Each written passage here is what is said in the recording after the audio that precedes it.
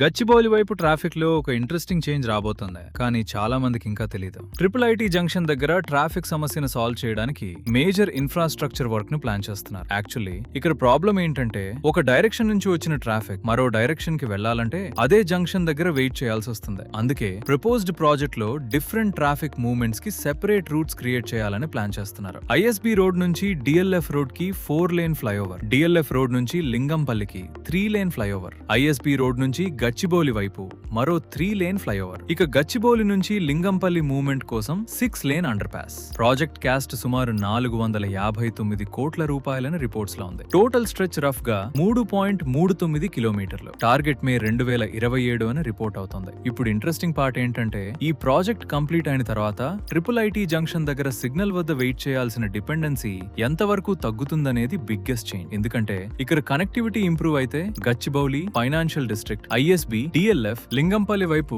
Daily commute పై direct impact ఉంటుంది. And real estate లో కనెక్టివిటీ చేంజెస్ ని ఫస్ట్ అబ్జర్వ్ చేసే వాళ్ళకి ఫ్యూచర్ డెవలప్మెంట్ ఎక్కడికి మూవ్ అవుతుందో ఎర్లీగానే అర్థమవుతుంది. ఫాలో అవ్వండి అసెట్ హబ్ వెస్ట్ హైదరాబాద్.